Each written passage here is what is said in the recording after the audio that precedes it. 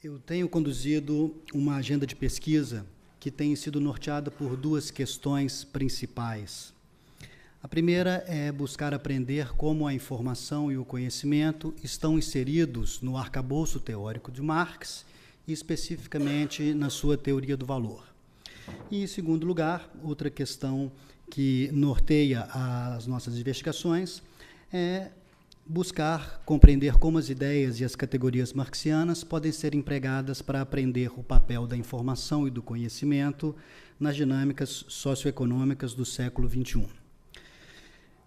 Nessa minha fala de hoje, eu abordarei rapidamente, tenho apenas 20 minutos, um trecho dos Grundrisses, especificamente o trecho onde Marx discute o General Intellect, intelecto geral. Discutirei brevemente algumas leituras que alguns autores contemporâneos fazem a partir dessa categoria marxiana e apresentarei algumas críticas acerca dessas leituras contemporâneas. Se tiver tempo, apresento a minha leitura de como utilizar esse arcabouço teórico. Bom, como todos sabem, os Grundrisses é considerado por vários autores como, digamos, uma primeira versão, um primeiro rascunho do Capital.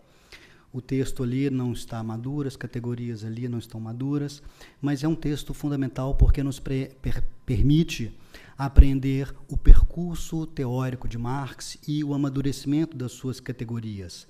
Podemos compreender também os dilemas teóricos que Marx enfrenta e como os soluciona, as escolhas que ele faz diante desses dilemas teóricos.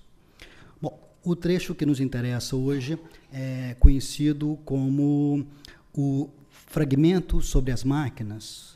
Na Europa ele é conhecido como Fragment on the Machines. Pois bem, nesse texto de poucas páginas, Marx usa a categoria General Intellect e usa uma única vez em toda a sua obra. Não há registros de outras vezes que Marx usa essa categoria.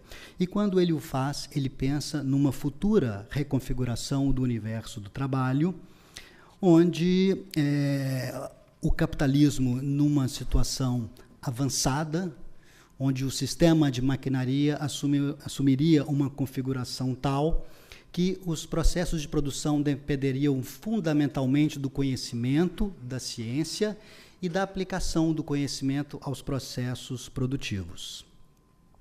Diante desse cenário figurado, hipotético, que Marx nos apresenta, ele dirá que, nesse contexto, desmorona a lógica capitalista. Cito Marx para que todos possam perceber o quão forte é o argumento do Marx e o quanto contradiz a teoria do valor que a gente conhece a partir do Capital.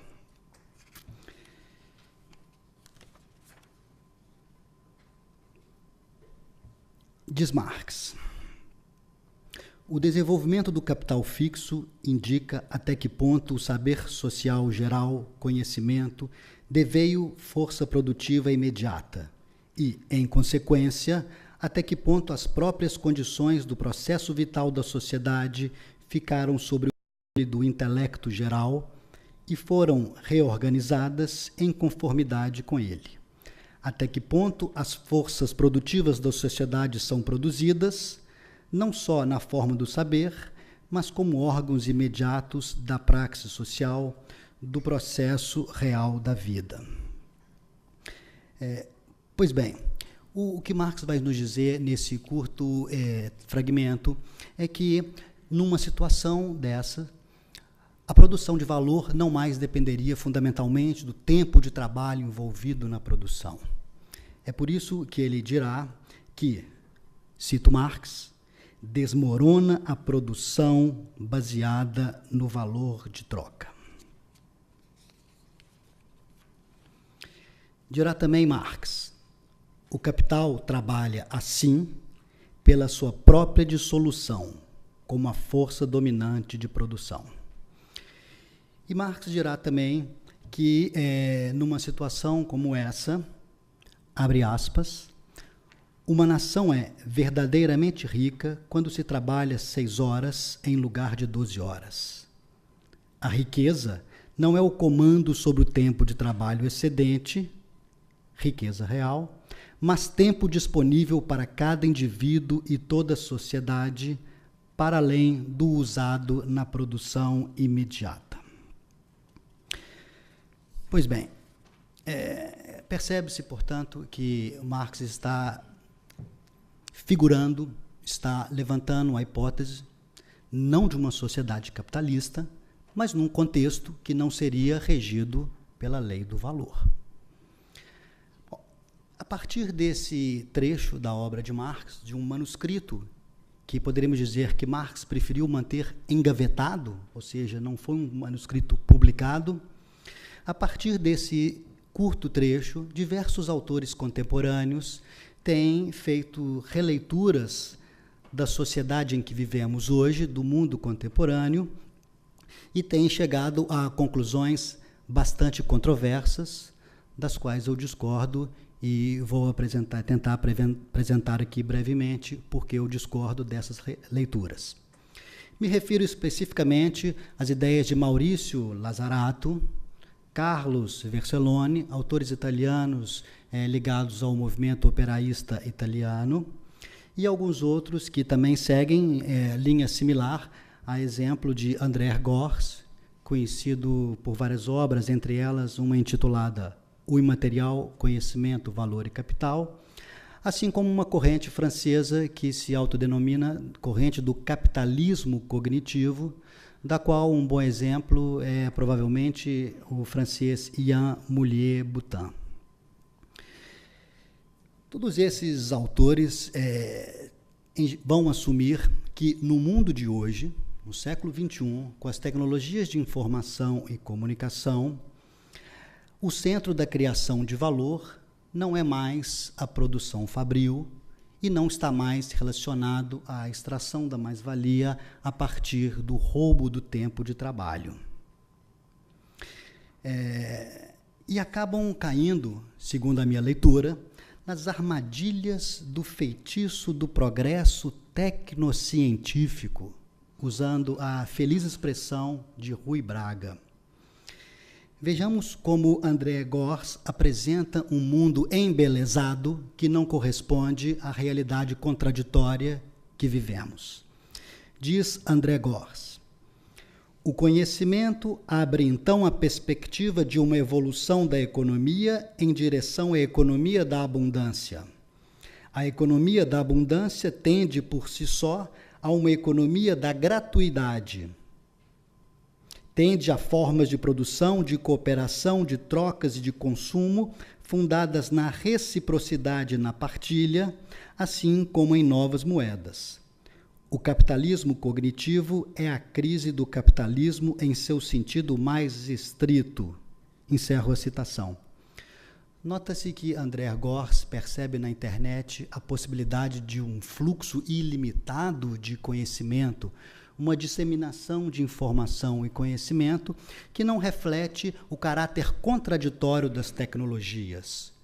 André Gorz não dá ênfase nas diferenças de distribuição da informação e do conhecimento que, na minha opinião, tendem a se agravar cada vez mais. Ian Mullier-Boutin também apresenta ponto de vista similar. Nega a lei do valor como se não estivesse vigente no mundo contemporâneo. E ele dirá que ele irá classificar os imateriais, os bens intangíveis, em 2 tipos. Dirá ele que os bens imateriais são do tipo 1 e do tipo 2. O tipo 1 seriam os bens intangíveis que podem ser codificados, podem ser registrados, seja na forma de um livro, de um texto, de uma gravação. Mas dirá Mullier-Boutin que não são os intangíveis de tipo 1 que geram valor. O que gera valor, segundo a corrente do capitalismo cognitivo, são os imateriais do tipo 2, ou seja, não o conhecimento formalizado, formal, que pode ser aprendido nas escolas, mas seria o conhecimento que se pode adquirir no trânsito do cotidiano, nas nossas relações pessoais vividas com os nossos pares, não necessariamente na academia. Bom, percebe-se que Mulher Butã também cai nas armadilhas do feitiço do progresso tecnocientífico. Quando ele vai descrever a internet, Butã dirá que a internet fundamenta-se, abre aspas, em uma sociedade na qual o conhecimento e a cultura são largamente disseminados e compartilhados e onde essa matéria-prima é abundante.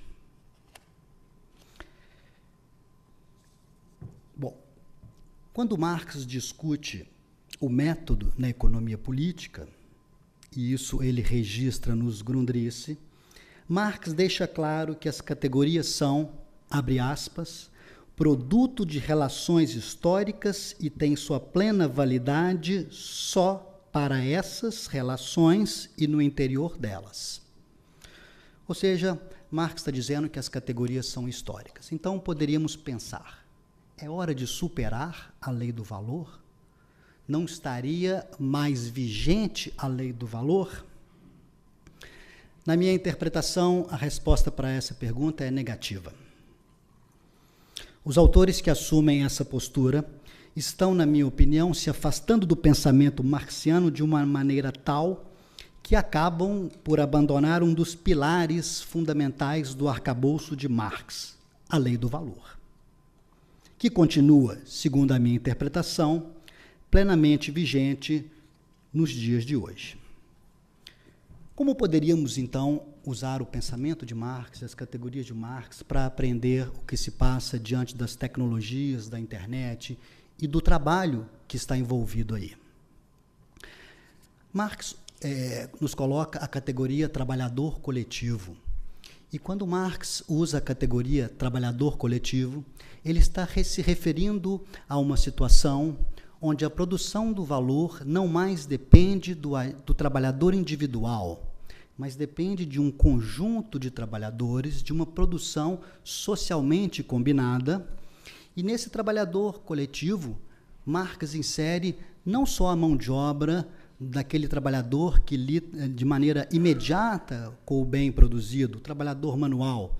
Marx insere na categoria trabalhador coletivo os engenheiros, os capatazes, supervisores do processo de produção, e inclui todo esse conjunto de trabalhadores numa dinâmica que está voltada para a produção de valor e mais-valia. Então, a mim me parece muito adequado uma categoria para a gente pensar, por exemplo, atualmente, nas cadeias de produção internacionais, numa linha de produção que nos produz os smartphones, que são projetados no Vale do Silício por uma aristocracia de trabalhadores, mas também que depende de minerais que são extraídos do Congo a partir de mão de obra escrava. Uma mão de obra que também passa necessariamente por fábricas horrendas na Ásia e no terceiro mundo. Então, a mim me parece muito adequada pensar na produção de valor hoje no mundo contemporâneo a partir da categoria trabalhador coletivo. Mas Marx também nos aponta, em alguns outros manuscritos, uma outra possibilidade. No capítulo 6º, conhecido como capítulo inédito de O Capital, Marx aponta para a perspectiva de considerar que produzem valores, ou produz valor, os trabalhadores das artes, a exemplo da cantora, um escritor e também um mestre-escola, um professor. Diz Marx acerca do segmento educacional. Um professor será um trabalhador produtivo caso seja contratado, abre aspas, para valorizar, mediante seu trabalho, o dinheiro do empresário da instituição que trafica com o conhecimento. Fecha aspas. Marx também, nesse sentido, apresenta uma citação conhecida no Capital. Diz Marx: Se nos for permitido escolher um exemplo fora da esfera da produção material, diremos que um mestre-escola é um trabalhador produtivo, se não se limita a trabalhar as cabeças das crianças, mas exige trabalho de si mesmo até o esgotamento, a fim de enriquecer o patrão. Que este último tenha investido seu capital numa fábrica de ensino em vez de uma fábrica de salsichas é algo que não altera em nada a relação. Pois bem, temos aí então uma perspectiva de pensar no mundo de hoje a inserção desse trabalhador que não produz diretamente bens materiais, mas está inserido numa atividade que é eminentemente intelectual. Mas atenção, não podemos também levar ao extremo essas noções de trabalhador coletivo e trabalhador produtivo, como faz, por exemplo, um autor austríaco chamado Christian Fuchs, que hoje está na Universidade de Westminster. Quando Christian Fuchs vai pensar as mídias sociais, a exemplo de Facebook e Google, Christian Fuchs usa a categoria trabalhador coletivo para apresentar e discutir todo esse arco de trabalhos envolvidos no processo de produção contemporâneo, mas Christian Fuchs comete, na minha opinião, um equívoco, um desacerto, pois insere na categoria trabalhador coletivo, trabalhador produtivo, o internauta que navega nas mídias sociais. Christian Fuchs dirá que, quando o internauta, ainda que esteja no seu momento de lazer, ainda que esteja executando uma atividade não remunerada, quando está navegando na internet nos seus momentos de ócio, Christian Fuchs dirá que esse trabalhador está produzindo valor e mais-valia. Dirá Fuchs que esse internauta está produzindo a mercadoria dados, que será capturada pelas empresas que atuam nesse segmento, a exemplo de Facebook e Google, e a partir dessa mercadoria dados, essas empresas irão vender anúncios, que é a grande fonte de receita dessas empresas de mídia social atualmente, o que nós vamos chamar de anúncios direcionados, marketing direcionado, marketing personalizado, um marketing que visa atingir perfis específicos e individuais. Ora, não nos parece razoável considerar o internauta, numa situação como essa, como membro do trabalhador coletivo e muito menos como um trabalhador produtivo, ou seja, que produz valor e mais-valia. E justifico o meu posicionamento. Entendo que não podemos abandonar a distinção entre trabalho e lazer, central no pensamento marxiano. E se abandonarmos a distinção entre trabalho e lazer, abandonaremos também outra distinção fundamental, que é a distinção entre tempo de trabalho socialmente necessário e tempo de trabalho excedente. O primeiro, quando o trabalhador produz o valor necessário à subsistência, e o segundo, quando ele está a produzir a mais-valia que será extraída pelo capitalista. Então, não me parece uma solução razoável a de Christian Fuchs, e penso que existe sim, dentro do arcabouço teórico de Marx, uma saída para uma interpretação mais razoável e mais coerente com o pensamento em que vivemos e com o mundo em que vivemos. Que saída é essa? Marx não confunde valor com preço. O preço não reflete necessariamente o valor. E existem algumas situações onde o preço se distancia do valor. Bom exemplo nos é apresentado quando Marx discute a renda da terra. O rentista é aquele que, não tendo acesso direto à terra, por exemplo, ele me expresso melhor. O rentista é aquele que irá extrair renda daquele capitalista que, não tendo acesso direto à terra, terá que pagar um tributo ao proprietário da terra. Nesse caso, a riqueza produzida pelo rentista, a renda, é valor. Mas é um valor que ele subtrai do capitalista que efetivamente se envolve com o mundo do trabalho. Então, uma boa alternativa para a gente pensar a produção de valor nas mídias sociais, a exemplo de Facebook e Google hoje, é pensar que essas empresas estão gerando riqueza a partir de renda. É a nossa proposta interpretativa. Bom, enfim, eu paro por aqui e deixo outras considerações para o momento do debate. Muito obrigado.